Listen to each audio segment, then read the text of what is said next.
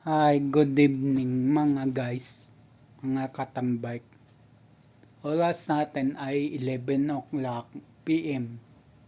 Yan, October 29. Yan.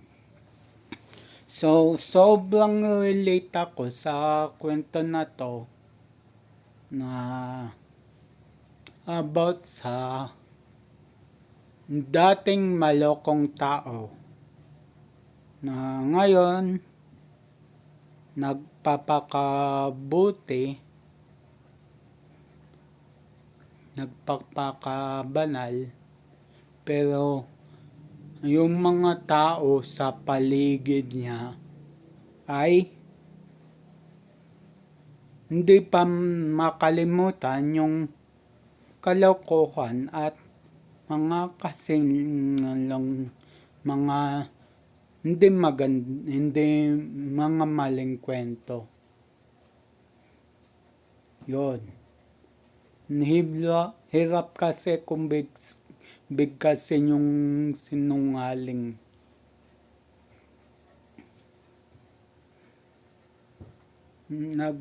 Nagbago na yung taong yun na dati nagsisinungaling, panay sinungaling. Yan, nagbago na. Pero nung nakapasok na siya sa church, sa reliyon, binago niya sarili niya, inayos niya sarili niya. Nung nagkikwento na siya sa mga kapamilya niya, nandun pa rin yung hindi naniniwala.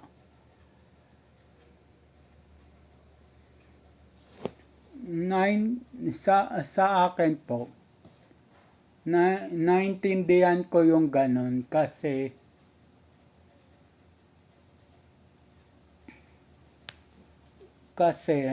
dumaan din ako sa ganyan. Yung tao na kaibigan ko, sinira yung tiwala ko. Dati pa yun. Ngayon, nagkaayos na kami, unti-unti naman nanumbalik tiwala ko sa kanya.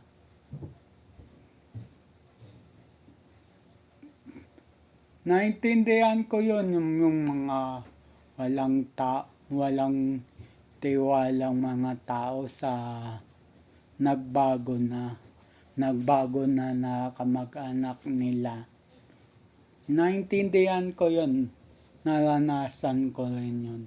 Pero sa mga taong wala ng tiwala, ito lang po masasabi ko.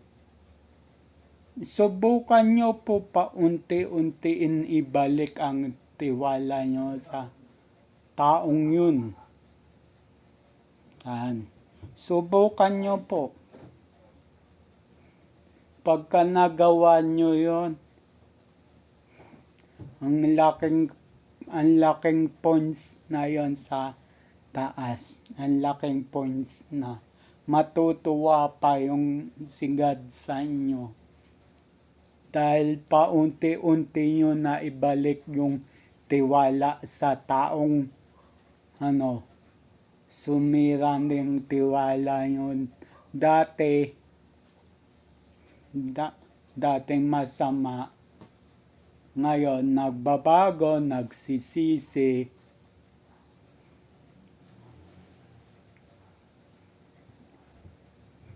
So, yun. Yun lang ang ma-share ko sa mga taong hindi pa lubos na nagtitiwala. I-try nyo po na paunti-unti ibalik ang tiwala nyo.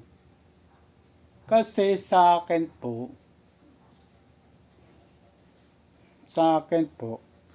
pagka once wala kang tiwala sa isang tao, forever na, is nandito pa rin yung guilt sa puso mo. Nandito pa rin.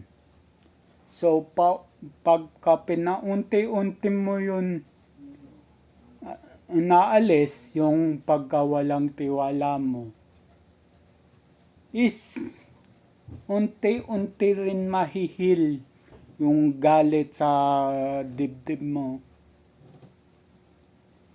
At sa ganon, marami pang matutuwa sa'yo. Yan. So sa taong naman nakagawa ng masama dati, nagsinungaling, na nagbagong buhay, huwag kang mainis kung wala nang tiwala sa'yo yung taong yon. Hantayin mo lang. Soon, baka mabalik yung tiwala sa'yo. 1,000%. Pero ngayon, magtiis-tiis ka muna. Kasi ako, naranasan ko yan sa totoong buhay. Naranasan ko rin yan. Ganto. Nawalan ng tiwala yung isang tao sa akin. Pero, unti-unting bumabalik. Ngayon, okay na kami. May tiwala na siya sa akin. Ganun din sa nagawan yung kaibigan ko na nagawan ako ng kasalanan. Nawala din tiwala ko. And then, napag-isip-isip ko, mali to. Dapat may movement ako na gawin para unti-unti ko maibalik yung tiwala sa taong yun. So, hinantay ko mag-apology yung tao sa akin, mag-sincere siya ng humingi ng tawad sa akin, and then tinanggap ko yun sa puso ko, bukal man sa puso ko yun. Tanggapin yung sorry niya. So ako, ang ginawa ko, paunti-unti ko inopen yung pagtitiwala ko sa kanya.